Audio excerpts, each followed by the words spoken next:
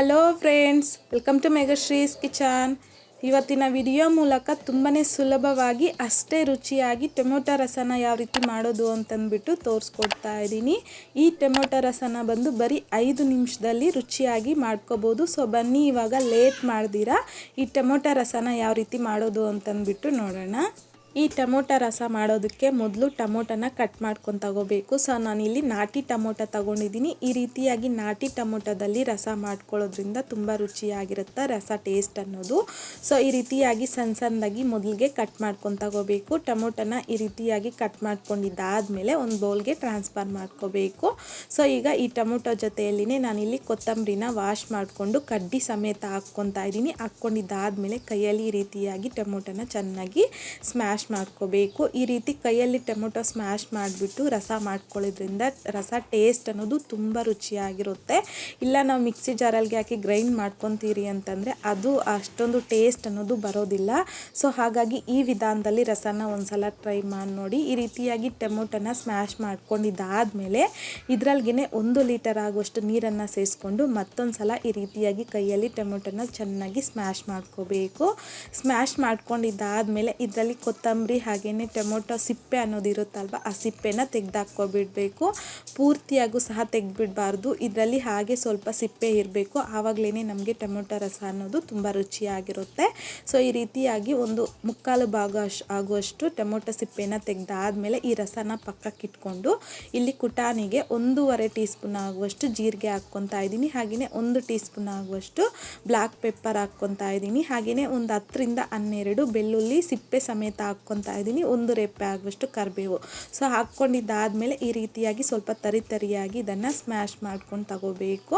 So ಇದನ್ನು ಅಷ್ಟೇ ನೀವು ಮಿಕ್ಸಿ ಜಾರಲ್ಗೆ ಹಾಕಿ ಗ್ರೈಂಡ್ ಮಾಡ್ಕೊತೀರಿ ಅಂತಂದರೆ ಅದು ಅಷ್ಟೊಂದು ಚೆನ್ನಾಗಿರೋದಿಲ್ಲ. ಸೊ ಈ ರೀತಿಯಾಗಿ ಕುಟ್ಟಿ ತಗೊಂಡ್ರೆ ನಮಗೆ ರಸ ಟೇಸ್ಟ್ ಅನ್ನೋದು ಬರುತ್ತೆ. ಈ ರೀತಿ ಕುಟ್ಕೊಂಡಿದ್ದಾದಮೇಲೆ ಪಕ್ಕಕ್ಕೆ ಇಟ್ಕೊಂಡು ನಾವು ಟೊಮೊಟೊ ರಸನ ರೆಡಿ ಮಾಡಿಟ್ಕೊಂಡಿದ್ರಲ್ವ, ಸೊ ಅದನ್ನು ಸ್ಟವ್ ಮೇಲೆ ಇಟ್ಕೊಂಡು ಈ ರಸ ಜೊತೆಗೆ ನಾನಿಲ್ಲಿ ಖಾರಕ್ಕೆ ತಕ್ಕಷ್ಟು ಒಂದು 8 ರಿಂದ 10 ಹಸಿಮೆಣಸಿನ್ಕಾಯಿನ ಅರ್ಧಕ್ಕೆ ಕಟ್ ಮಾಡಿಬಿಟ್ಟು ಹಾಕ್ಕೊತಾ ಇದ್ದೀನಿ. ಒಂದು 1/4 ಟೀ ಸ್ಪೂನ್ ಆಗುವಷ್ಟು ಅರಿಶಿನ, ರುಚಿಗೆ ತಕ್ಕಷ್ಟು ಕಲ್ಲುಪ್ಪು ಹಾಕ್ಕೊತಾ ಇದ್ದೀನಿ. ಈ ರಸದಲ್ಲಿ ಇಂಪಾರ್ಟೆಂಟ್ ಆಗಿರುವಂಥದ್ದು ಇದು ಒಂದು ಪಾರ್ಟ್ ಅಂತಲೇ ಹೇಳ್ಬೋದು, ಕಲ್ಲುಪ್ಪು ಹಾಕ್ಕೋಬೇಕು. ಜೊತೆಗೆ ಒಂದು ಅರ್ಧ ನಿಂಬೆ ಹಣ್ಣಿನ ಸೈಜ್ ಆಗುವಷ್ಟು ಹುಣಸೆಹಣ್ಣು ಹಾಕ್ಕೊತಾ ಇದ್ದೀನಿ. ನೀವು ತಗೊಂಡಿರುವಂಥ ಟೊಮೊಟೊ ಹುಳಿ ನೋಡಿಕೊಂಡು ನೀವಿಲ್ಲಿ ರಸನ ಆ್ಯಡ್ ಮಾಡ್ಕೋಬೇಕು, ಹುಣಸೆಹಣ್ಣಿನ ರಸ. ಸೊ ಹಾಕ್ಕೊಂಡಿದ್ದಾದಮೇಲೆ ಮೀಡಿಯಮ್ ಫ್ಲೇಮ್ನಲ್ಲಿ ಹಸಿಮೆಣಸಿನ್ಕಾಯಿ ಸಾಫ್ಟ್ ಆಗೋವರೆಗೂ ಚೆನ್ನಾಗಿ ಕುದಿಸ್ಕೋಬೇಕು.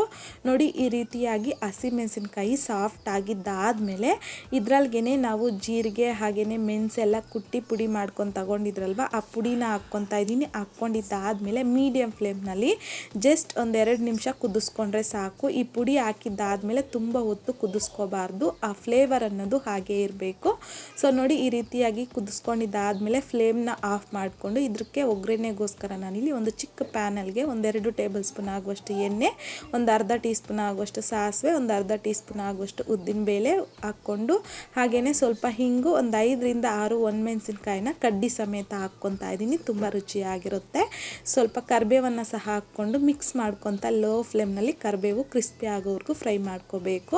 ಸೊ ಈ ರೀತಿ ಫ್ರೈ ಮಾಡ್ಕೊಂಡಿದ್ದಾದಮೇಲೆ ಫ್ಲೇಮ್ನ ಆಫ್ ಮಾಡಿಕೊಂಡು ಇಮ್ಮಿಡಿಯೇಟಾಗಿ ಈ ಒಗ್ಗರಣೆಗೆ ರಸದಲ್ಲಿಗೆ ಹಾಕಿ ಮಿಕ್ಸ್ ಮಾಡ್ಕೋಬೇಕು ಅಷ್ಟೇ. ಸೊ ಮಿಕ್ಸ್ ಮಾಡ್ಕೊಂಡಿದ್ದಾದಮೇಲೆ ತುಂಬಾ ರುಚಿಯಾಗಿರುವಂತಹ ತುಂಬಾ ಸುಲಭವಾಗಿ ಟೊಮೊಟೊ ರಸ ಅನ್ನೋದು ರೆಡಿ ಆಗಿಬಿಡುತ್ತೆ.